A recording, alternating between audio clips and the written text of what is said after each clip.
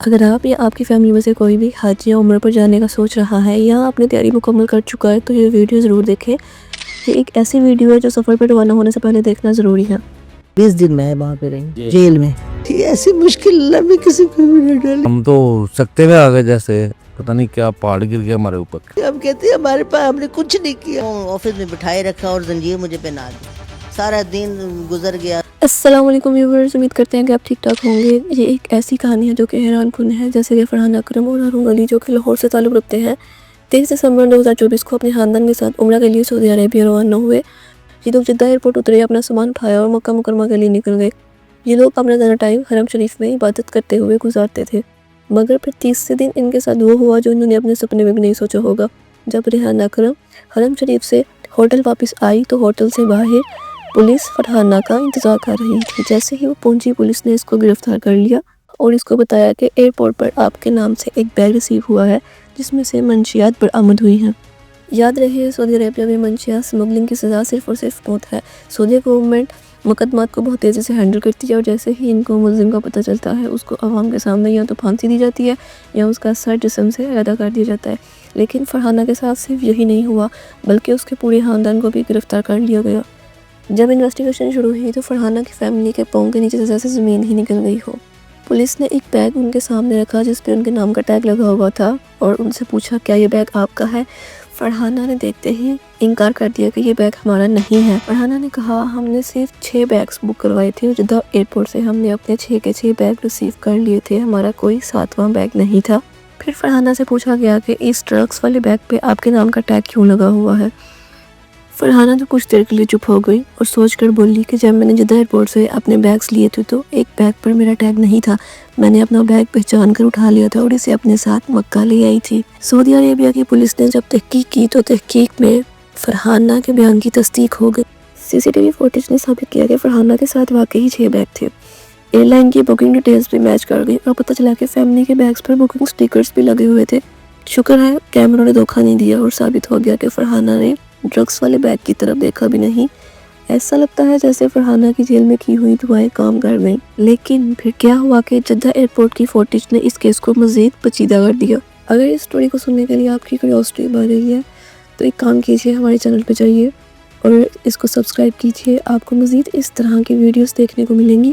اچھا تو ویورز، پھر کیا ہوا؟ پھر یہ ہوا کہ سعودی عربیہ اور پاکستان کی اینٹی نارکوٹکس فورس کے درمیان رابطہ ہوا، جس میں سعودی عربیہ کی اینٹی نارکوٹکس فورس نے پاکستانی اینٹی نارکوٹکس فورس کو اس کیس کے بارے میں ساری انفارمیشن دے دی اور یہاں سے ان کی قسمت کا دروازہ کھلنا شروع ہوا۔ پاکستان میں بھی انہیں اچھی انویسٹیگیشن ٹیم مل گئی تھی جس نے لاہور ایئرپورٹ جا کر 30 دسمبر کی تمام فوٹیج حاصل کر لی۔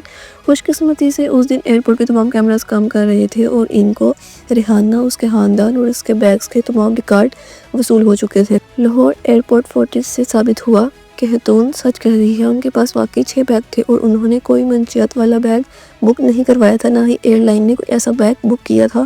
لیکن اب سوال یہ پیدا ہو رہا تھا کہ یہ بیگ آیا کہاں سے، کس نے اس کو بک کروایا اور اس پہ خاتون کے نام کا ٹیگ کیسے لگ گیا۔ لاہور ایئرپورٹ میں مزید انویسٹیگیشن سے پتہ چلا کہ لاہور ایئرپورٹ پر ایک ایئرپورٹ پورٹر نے فرحانہ کے بیگ کے نام کا ٹیگ اتار کر ایک دوسرے بیگ پر چپکا دیا تھا اور وہ بیگ سعودی عربیہ بھیج دیا تھا۔ شکر ہے پولیس نے کیمرے میں سے اس پورٹر کو پہچان لیا اور اس کو فوراً ہی اریسٹ کر لیا۔ تو ویورز، اریسٹ کرنے کے بعد مزید انویسٹیگیشن ہوئی اور معلوم ہوا کہ ایک بڑا سمگلنگ نیٹ ورک ہے جو اس طریقے سے کام کرتا ہے کہ لگیج کے ٹیگز اتار کر ڈرگس والے بیگز کے ساتھ لگا دیے جاتے ہیں۔ اگر بیگ ایئرپورٹ پر پکڑا جائے تو بیگنام مسافر کو گرفتار کر لیا جاتا ہے۔ اگر بیگ باہر نکل جائے تو یہ لوگ رستے میں اس مسافر کو روک کر کہتے ہیں آپ غلطی سے ہمارا بیگ لے آئے ہیں۔ مسافر فوراً مان جاتے ہیں اور بیگ واپس کر دیتے ہیں اور یوں منشیات سعودی عربیہ میں پہنچ جاتی ہیں۔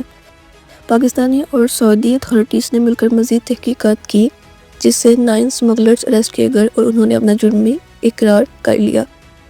اس کے بعد پاکستان نے ساری انویسٹیگیشن کی رپورٹ سعودی حکومت کو بھجوا دی۔ سعودیہ نے فرحانہ اور اس کے خاندان کو رہا کر دیا، لیکن ایک پورا مہینہ جیل کی قید میں اذیت جو فرحانہ کی فیملی نے برداشت کی ہے اس کا اندازہ وہ اور اس کی فیملی ہی لگا سکتی ہے۔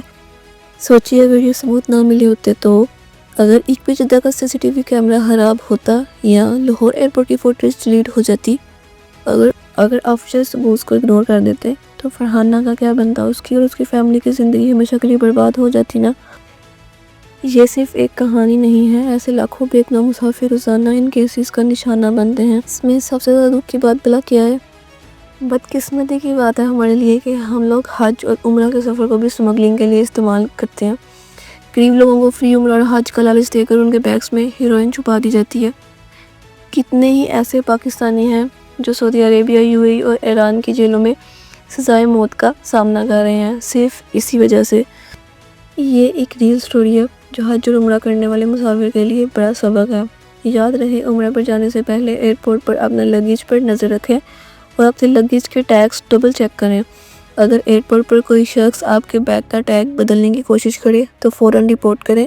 اس میسج کو جتنا ہو سکے شیئر کریں اور چینل کو سبسکرائب کریں تاکہ کوئی بے گناہ کسی بے رحم اسمگلر کا نشانہ نہ بن سکے۔ اگر آپ کو ہماری ویڈیو اچھی لگی ہے تو اس کو لائک کریں، سبسکرائب کریں، اپنے دوستوں کے ساتھ، اپنی فیملی ممبرز جو عمرہ یا حج پر جانے کا سوچ رہے ہیں ان کے ساتھ شیئر کر دیں تاکہ وہ ہوشیار رہیں۔ ملتے ہیں نیکسٹ ویڈیو میں، تب تک کے لیے اپنا بہت سا خیال رکھیں۔ اللہ حافظ۔